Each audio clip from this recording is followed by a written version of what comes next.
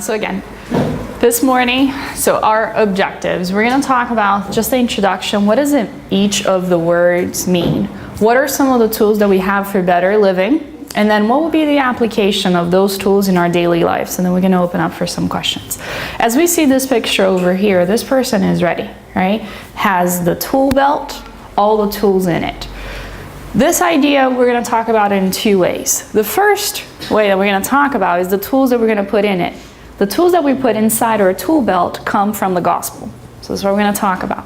The second thing is, once we have those tools from the gospel and we have our belt ready, we become tools of the gospel too, right? So we become those tools that are going to serve God in God's purpose.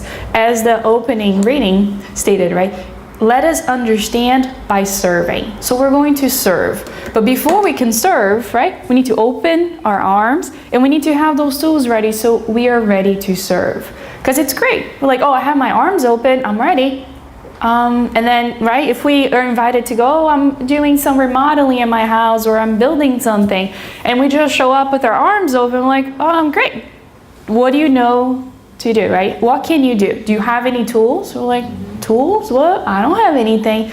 So we're probably going to have to go back and start putting some tools in our belt. We all come with the belt. The belt is ready. It's in here. It's in our hearts. So we're ready for that. But what kind of tools do we need as we move forward? And we constantly ask some questions in our lives, right? Sometimes we're going to ask ourselves, what are we living for? Sometimes it's hard. Right? We wake up every day, we get to work, we go to church, and we keep on going. But essentially, what are we living for? What is the purpose? How can life be better? Right? It doesn't have to be perfect, but how can it be better? How can we have a life that is happier? We know happiness is not of this world, but how can it be happier with what we do have? And then why are we here? Right? We can ask, why are we here this morning? Why are we here on earth? Why are we here overall? What do we need to be working towards as we go on? So we're going to keep these questions in our mind as we start talking about some of the definitions. So the first definition we're going to talk about, what are tools? If we look it up in the dictionary, a tool is any instrument of manual operation. Right? So that's the first definition. Another definition that they give us is anything that can be used as a means of accomplishing a task or a purpose. And here we can also say anyone, right? We can serve as tools as well. So any task, any purpose, something that we're going to accomplish. We have our material tools, and here's an example, right? A sample toolbox. I grew up in a household where there are lots of tools around. My dad is a carpenter, and everything there's a tool. For everything there's a tool. And he's a handyman. He can do anything and all things. So there's always different tools around the house. He even built a shed just for the tools. It wasn't enough to keep it in his car. He has a whole little house for all his tools in place. Because again, every tool has a different purpose, right? My dad would be like, oh, get the screwdriver. And then I'll come with one. We're like, oh, no, not that one. The other one. The one that has this shape or the other shape. And I'll go through all of them trying to find one, right? The clipper, get me a clipper. Great. There are like 10 different clippers in the toolbox. Which one do I need? So when we talk even about material tools, it is any instrument, but for each task and for each purpose we want to accomplish, there's a specific set of tools that we need. You can't just be anything, right? We can make do, but it won't work as well if we don't have the proper tools. But we also have the spiritual tools. And we are spiritual tools, right? And we need to develop our tools to be of better service for the gospel. So we're going to talk about specifically which tools can we get from the gospel, especially from the gospel according to Spiritism. But before we keep going with that idea, we're going to talk about the word better, right? So tools for better. What does the word better mean? Word better, first of all, superior quality or excellence. I didn't do that. I did not do that. Okay. Well, I do have the notes here, so if we can't get back to it. It's the cable, the connector? No, we can keep going, right? These wonderful technology tools. So the word better it can mean, like we talked about, quality or excellence, but it can also be something morally superior or more virtuous. So something better could be more virtuous, it could be better than the other thing. But when we talk about better, it can also be something that's more suitable, something we're looking for. Oh, this tool is better than the other tool because it fits better. Or it could be something that we desire. Oh, I desire a better life. Doesn't mean our life is bad, it's just we wish for something better. And it's something that is preferable. So when we're looking for tools, we want them to do that. Is a more preferable tool, something that will serve us better. So again, like we talked about, something more suitable, something more desirable that we accept, something preferable. And when we talk about a better life, I know it's a little small for the back, but let's read it. One day, your life will flash before your eyes, right? One day, our lives is gonna flash before our eyes. So we wanna make sure it is worth watching, right? We want a better life because when it's time for our life to flash before our eyes, whenever that time may be, we want it to be worth it, right? We don't want it to be something that, oh, I regret, I have so many regrets, my life was wasteful, what did I do with my life?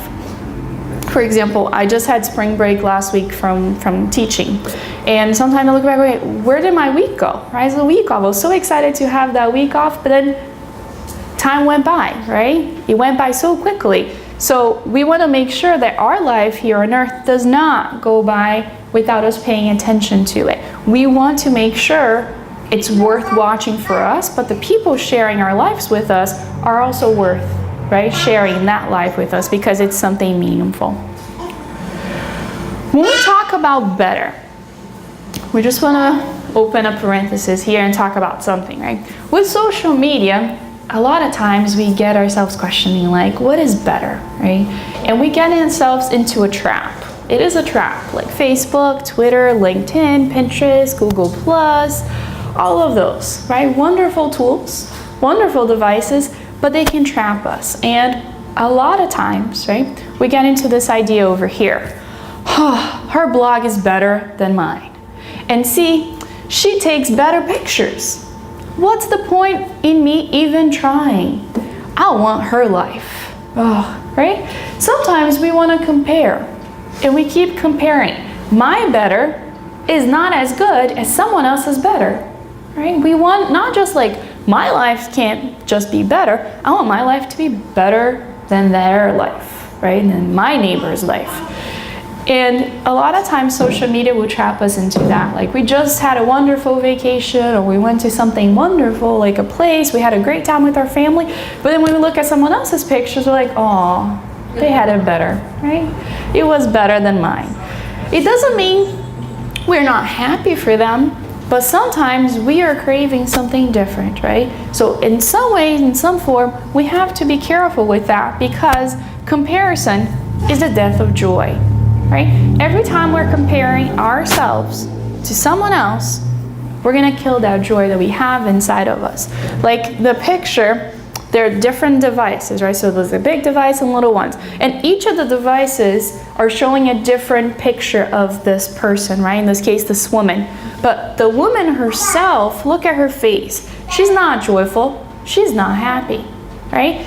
All that different comparison, all that fake image that she's putting out is being killed by the fact that we are comparing, we're not living what's better for us, right? So when we talk about better, we want to make sure that we want to compare, that we want to be better, that we need to be better than our own selves yesterday.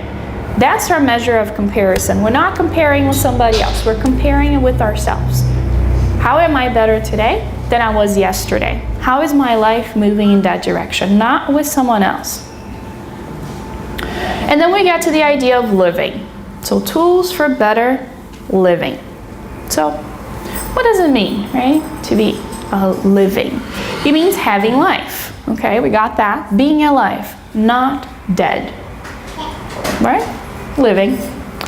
Active or thriving. Now we get to a different definition, right? So, okay, we can all be here, not dead, right? But it doesn't mean we're going to be active and thriving, right? If we want tools for better living, it's not enough to just not be dead, which is simply be alive. We all are, right? But it is important to be active and thriving whatever we do. So So this idea of living, it's going to be an attitude. It's going to be an action. It's going to be a decision. So it's not enough to just be here. I woke up, I'm alive, I can move, I can walk. Not enough just to do that. It's going to be something more. It's going to be something that's going to come from the inside, and it's going to drive us using those tools.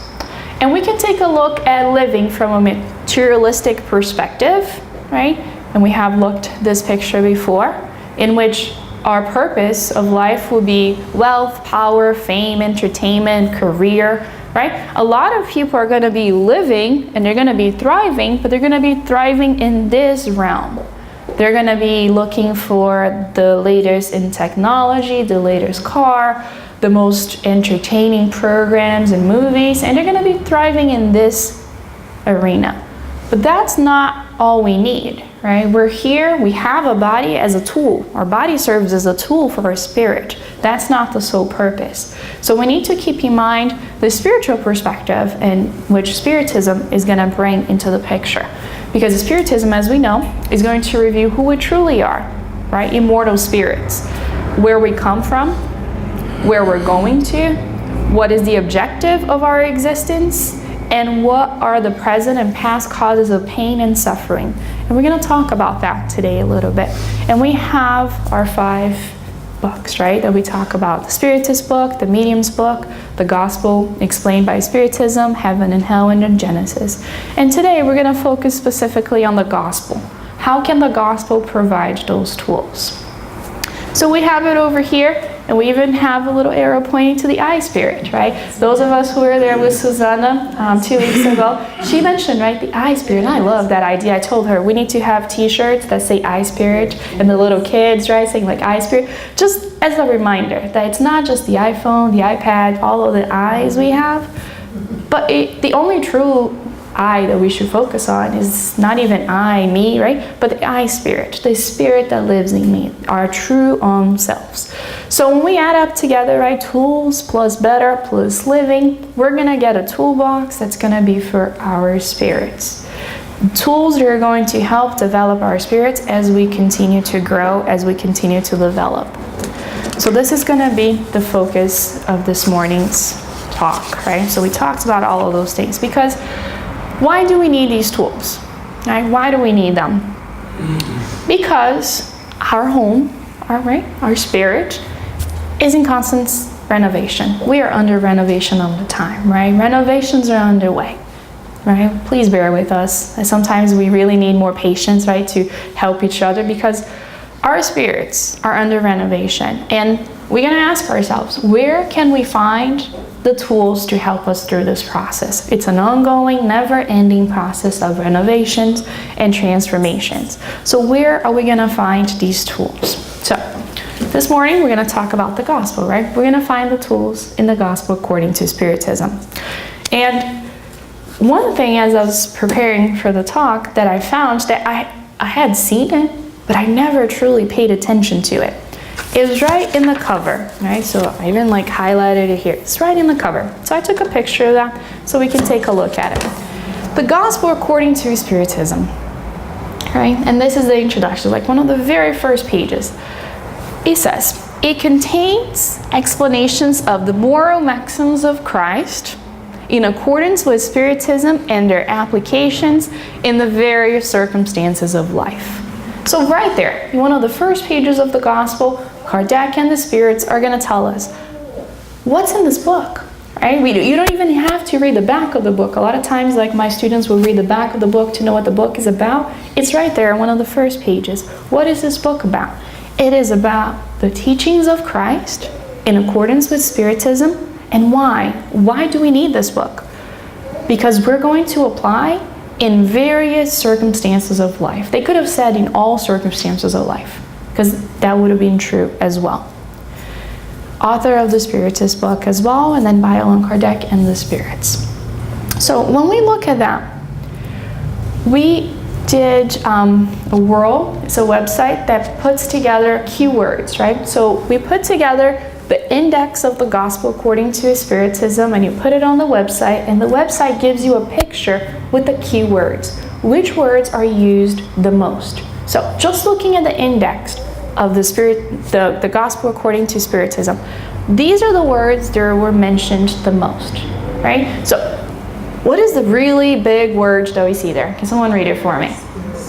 Spirits, right? And then if we look into the smaller ones, we have spirit, we have a spiritism, we have other words deriving from the word spirits. And what's the second big one too? Instructions, right? So now we see how we're going to get that and apply it to our lives. This whole book, every chapter, right? There's like instructions by the spirits with the explanation. It wasn't enough for them to just explain it to us. They need to teach us how to, right? That's what the instructions come to. It's like a manual. The instructions from the spirits. And then we see some other keywords that show up a little smaller. Doesn't mean they're not important. It just means they're a little smaller. So we have, I'll keep moving it, hopefully it won't go. So we have prayers, right? Prayers being one of those tools. We have others, salvation, faith, the worlds. We have prayer, happiness, person. We have the Lord, the kingdom, Jesus. Resignation, life, good, more prayer, right? Christian, blessed, without Jesus. So all of those words are present there and throughout all the chapters of the gospel. And we're going to see a little bit more. How can we put it all, right? How can we put it all together? So looking at these words, right? Charity being big there as well. And then as we go through each chapter, if I could do one of those for each chapter, we'd see the key words and the main ideas that would pop out at us. And then we take a look, okay, great. So these are the things, the instructions that are giving us, but why? Right? What is the purpose of the gospel?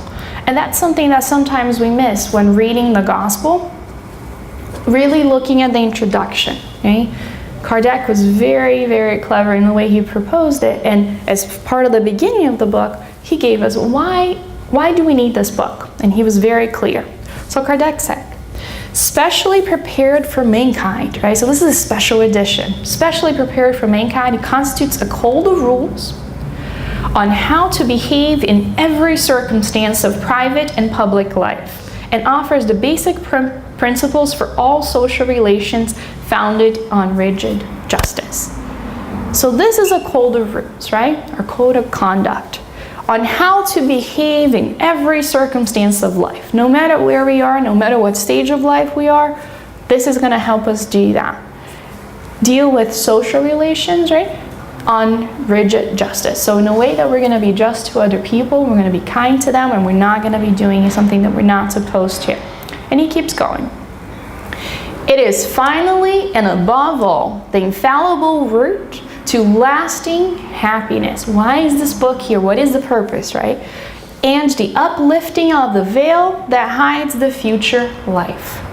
This is what forms the exclusive objective of this work.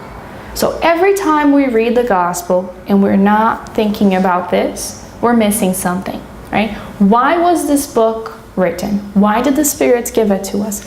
Because it's going to be that route. It's going to be the pathway. It's going to be the guiding force that's going to lead us into our lasting happiness or true happiness for the spirit, and uplifting the veil that covers the future life, the spiritual life that we're looking for. So why do we need it, right? So we can go back and focus on the spirit one more time.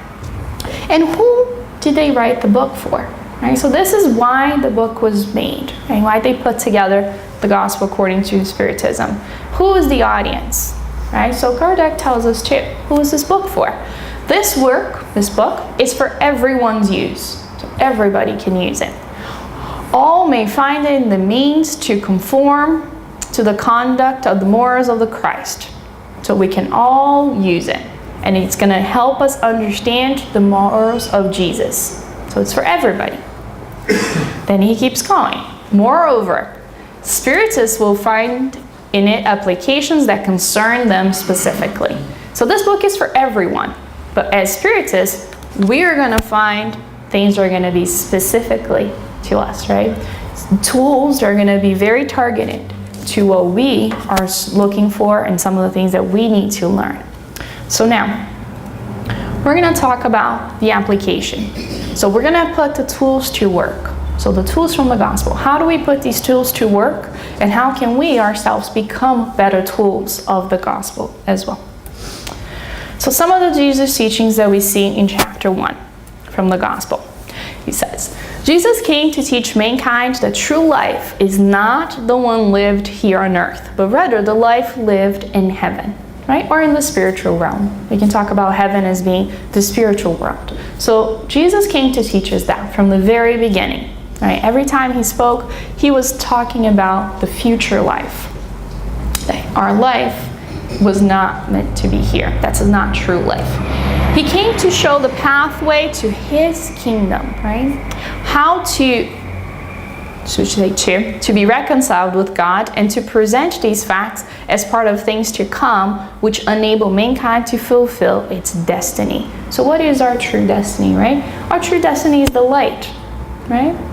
Jesus told us our future is to become gods and goddesses, right? We are light. So the way Jesus came to teach us about his kingdom is to help us fulfill that destiny of being more like him, being more like God. And the future life doctrine is the basis of Christ's teaching. So every time he spoke, he was talking to the Spirit. He was talking to the true nature of the Spirit. And this is the point that must be closely looked at, Kardec warns us, as it is the only one that justifies the anomalies and the irregularities of earthly life, and also shows itself to be in accordance with the justice of God. Without this idea, right, that we have a future life, that we are reincarnated spirits, immortal spirits, there's not much justice in the world, right? There's not much for us to look at and see where is God's justice in all of that. Why do so many people suffer? Why are there so many differences amongst people? But if we look from that point of view that there is a future life, it's all based on cause and effect and God's laws, then we're going to see that there is something different, right? It is focusing on the I Spirit, the nature of the Spirit. That's the true life that Jesus came to teach. And that's why when he came, a lot of people missed a lot of his teachings because they were trying to apply everything he was teaching to this realm, to the material world. And a lot of times it doesn't make sense, right? If you're going to talk about loving the enemies, right, turning the other cheek, and we're talking just about this life, that is hard, right? It becomes even harder if we don't believe in the future life.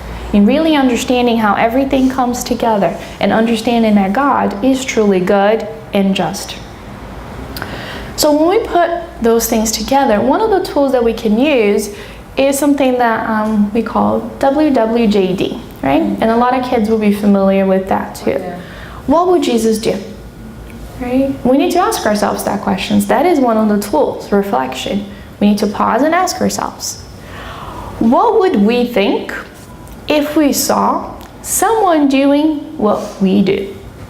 Right? And that's a reflection question that we can ask ourselves. If we saw ourselves doing some of the things that we do, what would we think, right? Especially if it was someone else. If it was us, we'd probably come up with some excuses, like, oh, it wasn't that bad, right? You just ran the red light, oh no, but I was careful about it, I looked. Different things that we could do, but we truly need to ask ourselves, right? What would we think? Because we're very quick to judge others, right? Very quick to judge them. But sometimes we need to apply that same judgment to ourselves. So what would we think if we saw someone doing what we do at home? Right? What would we think about them? What kind of person would we say they are? How about at work?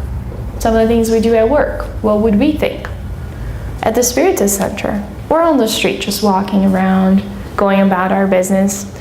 What would we think if we saw them doing some of the things that we do ourselves?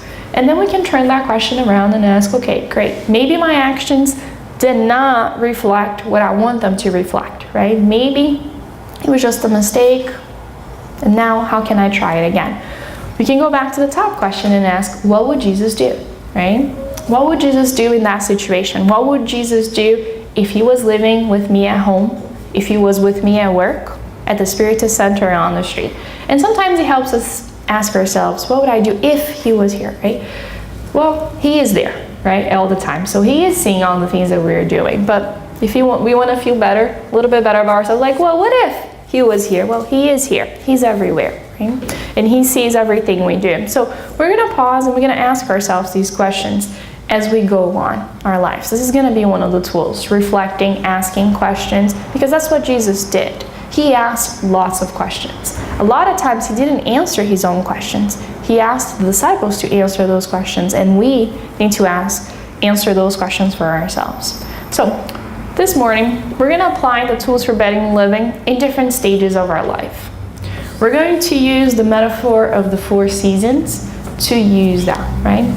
So we're going to think about the different seasons that we experience, not so much in Florida, right? We don't have all of the 4 seasons, but nature does overall, and we're going to talk about it. So in the different stages of our lives, right, we're going to talk about the spring, the summer, the fall, and the winter, pertaining to the spirit, each individual spirit.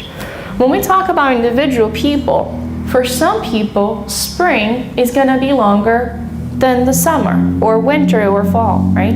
It's going to be different for every person. It's not just going to be like in nature that we have 4 months for each, well, 3 months, right? For each season. It's going to be different. It's going to be individual, and it's going to be cyclical. We, right, as spirits, our daily lives, we don't constantly live in the spring, right? We don't constantly live in the winter or fall or summer. We have cycles. As we go through those cycles, cycles are going to be different. Okay? So as we go on and we talk about these different cycles, we're going to see how can we apply them and how can we apply these tools from the gospel to help us go on and face each of these different seasons as we go on. And in Ecclesiastes chapter 3, we know, right? For everything, there's a season. We know that from the Bible. And our lives are made of seasons. And the book talks about there's a season for every activity under the heavens, right? There's a season, there's a time to be born, there's a time to die. There's a time to plant and a time to harvest. A time to weep and a time to laugh. A time to be silent, a time to speak. A time of war, a time of peace. And it keeps on going. There is a season, right, for everything in life. And this picture here that we found is a very interesting picture because in a way it represents us. It represents your spirit. This one single tree has the 4 seasons in it, right? It carries the 4 seasons in it to its core. So sometimes we're going to have more of the winter. Sometimes we're going to have more of the fall.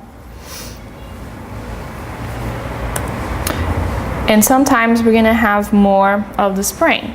But everything we do is going to be in us, right? And we have some choices in terms of how long each of these seasons will last and if we get the best out of it. So now we're going to take a look at each of these seasons and then how can we apply the tools from the gospel. We're going to start with winter just because it's what just passed, right? It was hard to pick which season we start with because in nature they're always going in cycles, right? We're like, well, if we're going to talk about winter, we need to talk about fall before.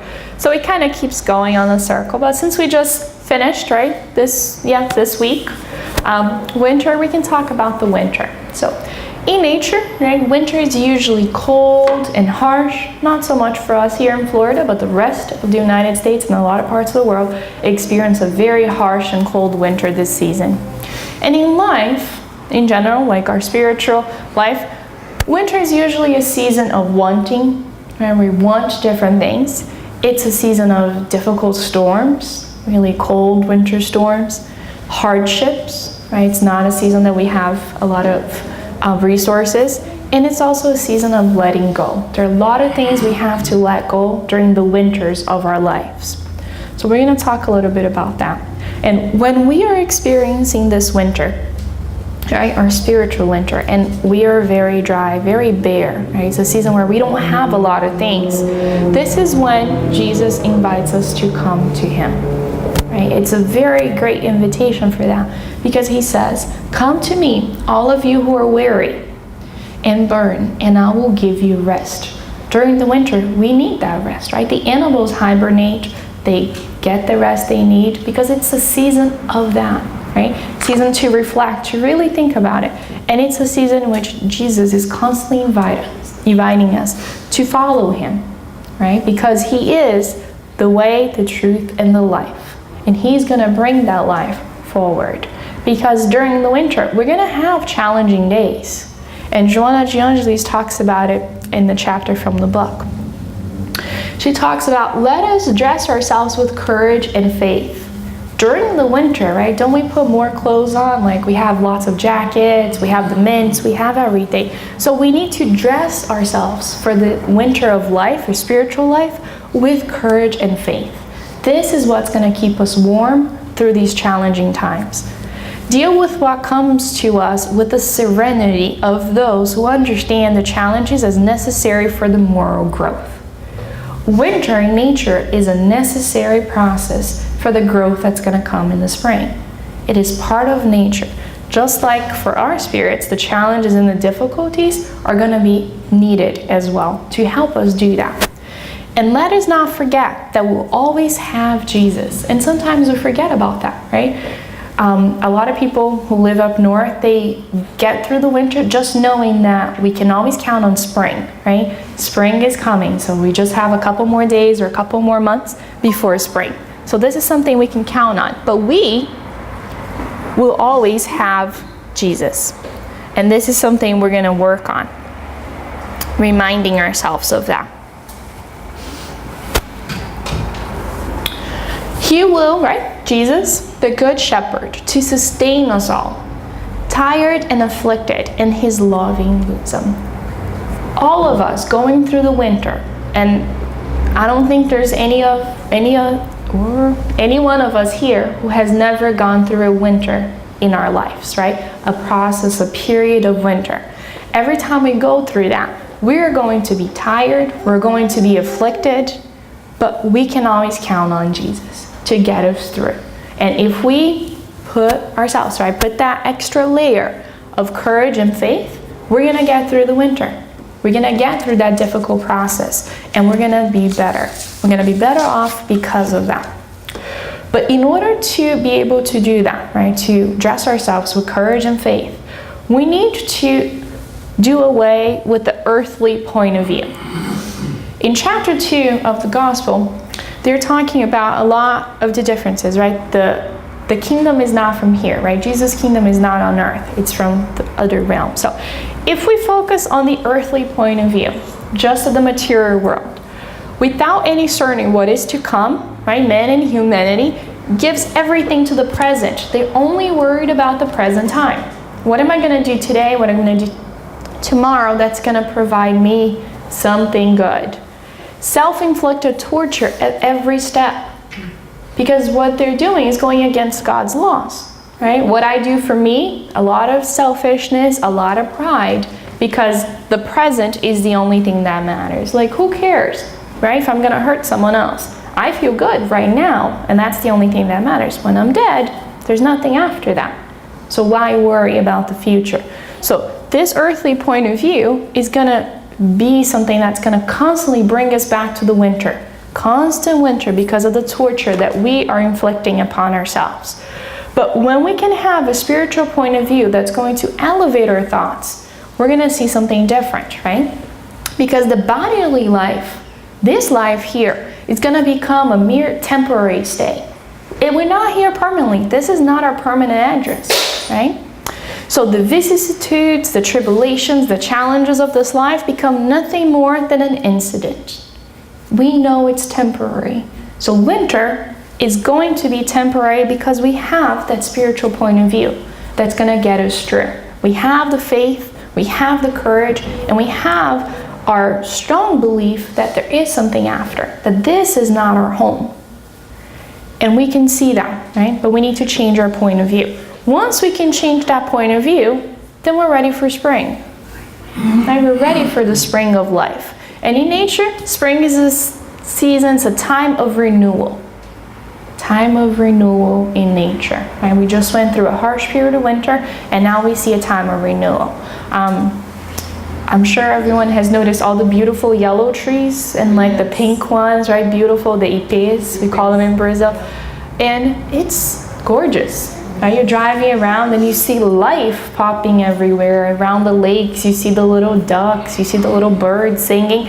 It is a time of renewal. It is time of hope, rebirth, new beginnings, and thoughts of a brighter future. It is really hard to be in a bad mood when you walk outside and everything's so beautiful. The sky is blue, right? The temperature is really nice. It is a time to look towards the future and see everything good that we have. Because we know, right? As Christ being our consoler, we always have Him. All types of sufferings, miseries, deceptions, physical pain, and loss of the loved ones, we're going to find consolation in faith in the future. Right? So the spirits are constantly coming back to that. It's about the life in the future and the trust in God's justice. All of which Christ came to teach humankind. So Christ came to teach us about the Spirit. And we're going to find it in the faith and in the trust that we have in that eternal life, in that future life that we have. So he continues. So then, blessed are the afflicted. Right? When we think about blessed are the afflicted, what did Jesus mean by that? Can be translated into the following manner. Blessed are those who have occasion to prove their faith, firmness, perseverance, and submission to the will of God, because they will have multiplied 100 times the happiness they lacked on earth, for after labor comes rest. So after we can rest in our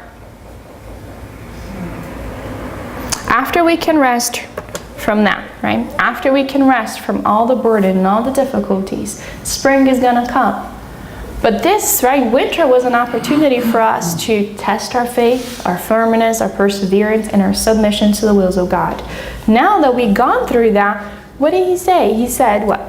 That our happiness is going to be multiplied 100 times, right? So whatever little happiness we have here, it's going to be multiplied not by 10, by 100, right? And this is what it's really gonna come, right? When he said, come to me, all those weary, I'll give you rest, right? He's going to give rest, but he's gonna give us much more as we go on.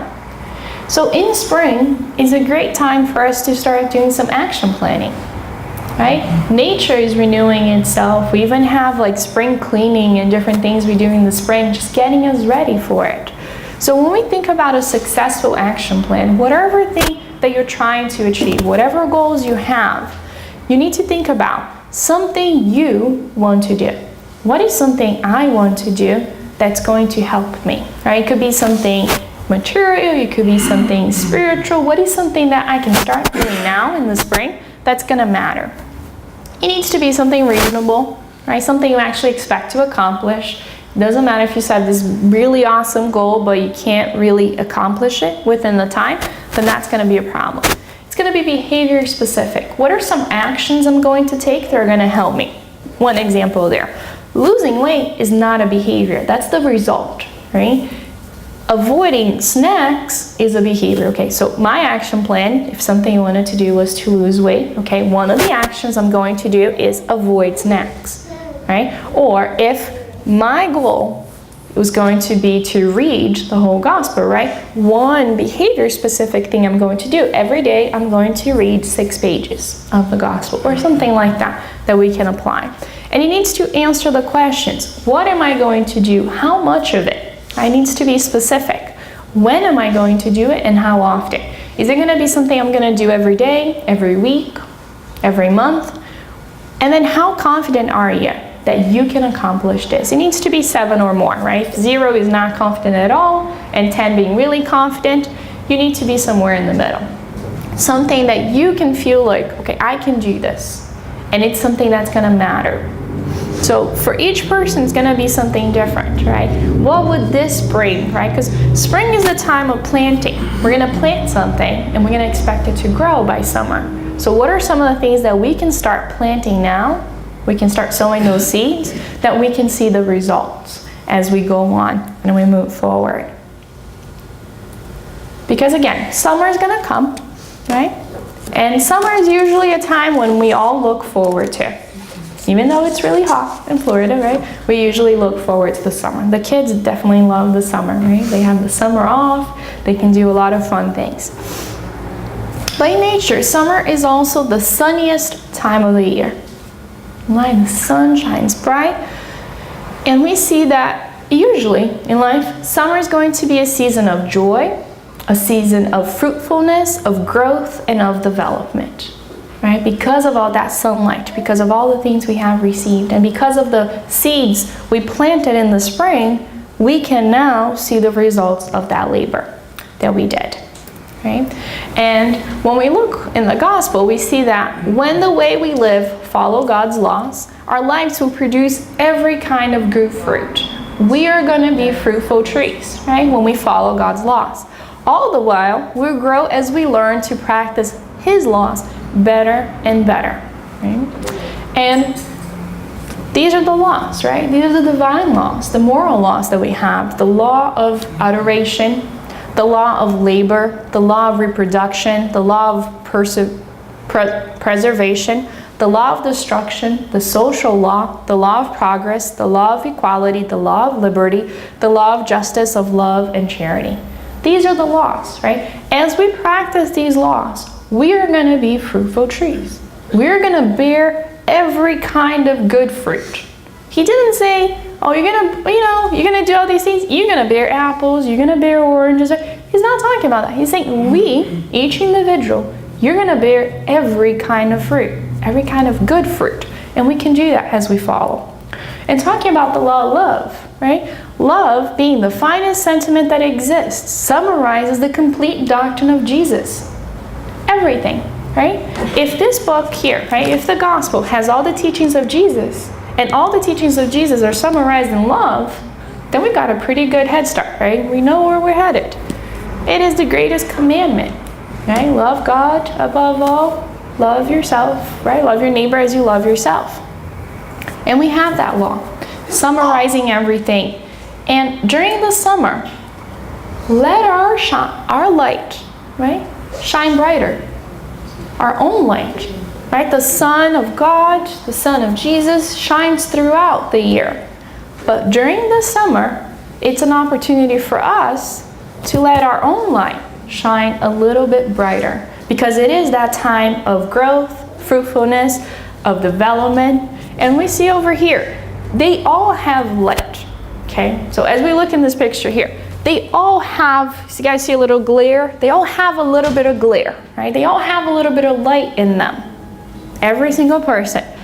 But why is this person different, right? Why is this person different looking at the picture? What do you guys think? Huh? Why is that person different than the other ones? Why is the little, I guess, boy with the yellow shirt, why is his light stronger than everyone else's? Huh? He's holding it up. He's holding it up, right? Is it just for him? No. Because when we hold our own light just for us, does it shine brighter? It doesn't, right? Because our selfishness, our pride, right? We want that light for us. When we want that light for us, does it get multiplied? It doesn't, right? Because we're not following God's laws. So our happiness is not multiplied when we try to hold it for ourselves, right? Jesus said it. Those of you who try to hold on to your lives, you're going to lose it. Right? He said it. We're going to lose it. But if you give it away, if you hold it up right, what's going to happen? You're going to gain it, right? You're going to gain not this life, but the eternal life. And look at that. His light is, right, shining brighter than everyone else's. And he is happy, right? He is happy. His spirit is happy, right? Look at everyone else's. Some of them look afraid. Some of them look sad. Some of them are not even looking anywhere because we can't even see their eyes, right? Because they're too worried about this life. They're too worried about the material realm. They're not paying attention to anyone else. So every time we don't follow those laws, right, we're not going to bear fruit. We're not going to be fruitful. So when we look at those fruits of love, right, what kind of fruits can this love give us as we start to love our neighbor as ourselves? So we're going to love us, but we're going to love other people too. Now, fruits of love. We talk about loving others, right? To love in the true sense of the word is to be loyal, honest, and conscientious.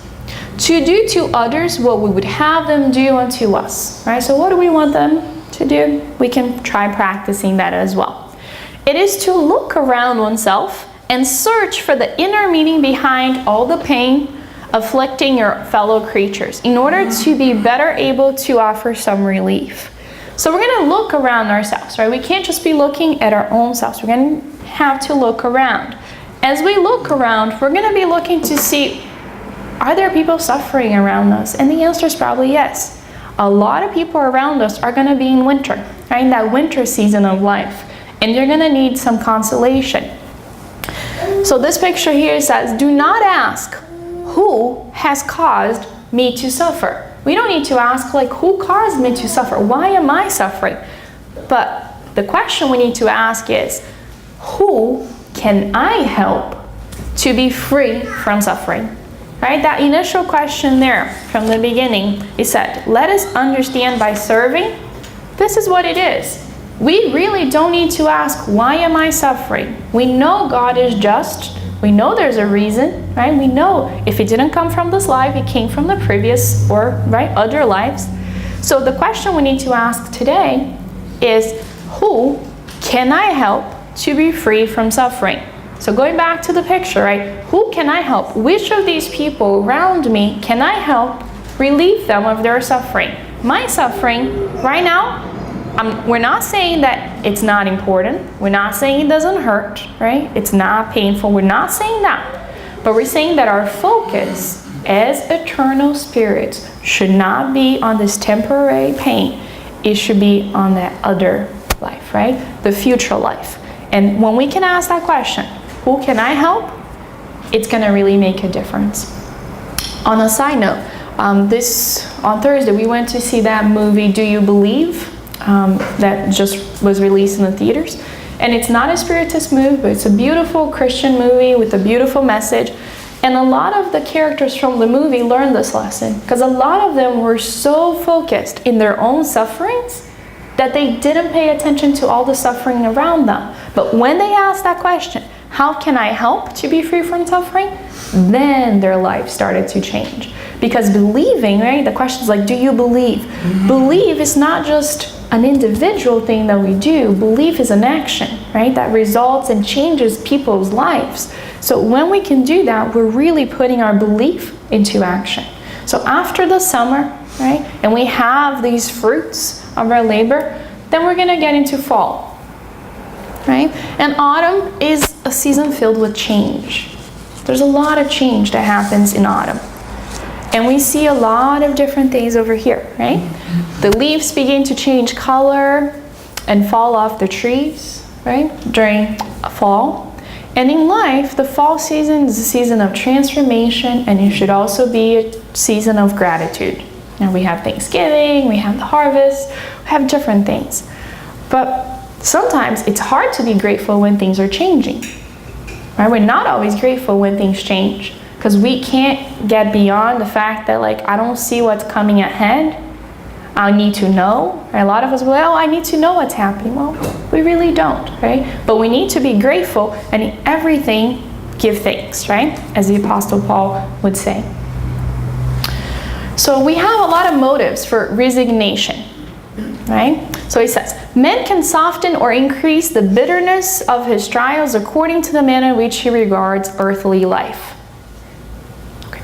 So again, when we talk about those things, right? We can even soften, we can get better, or we can get bitter. I think a lot of us have heard that expression, right? And through the fall, we can get through those. And the certain of our happier future is going to sustain us, right? When we believe in that future life, and it's going to help us offer thanks to God for the pain that we have been through, right? Every time we can give thanks for those things, we're gonna be in a better place.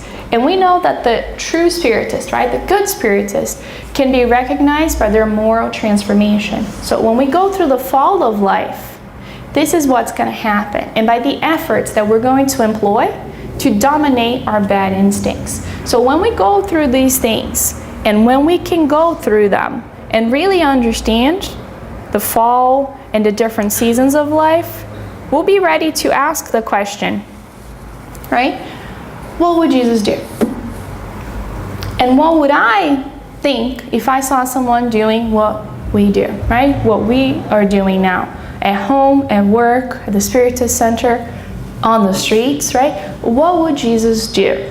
And with the understanding that we talked about, right? With the tools that the gospel has given us for every season of life. It gives us tools for every different parts of our lives, but it gives us tools for the different seasons as well. And no matter what we're going through, the gospel, according to Spiritism, is going to have a message for us. And sometimes we are not going through winter, but the person next to us is. And this is an opportunity for us to share that message. So our light that we have during the summer, or our fruits that we bear, and the planting that we do, can also help the people around us understand those tools and apply them to their lives as well.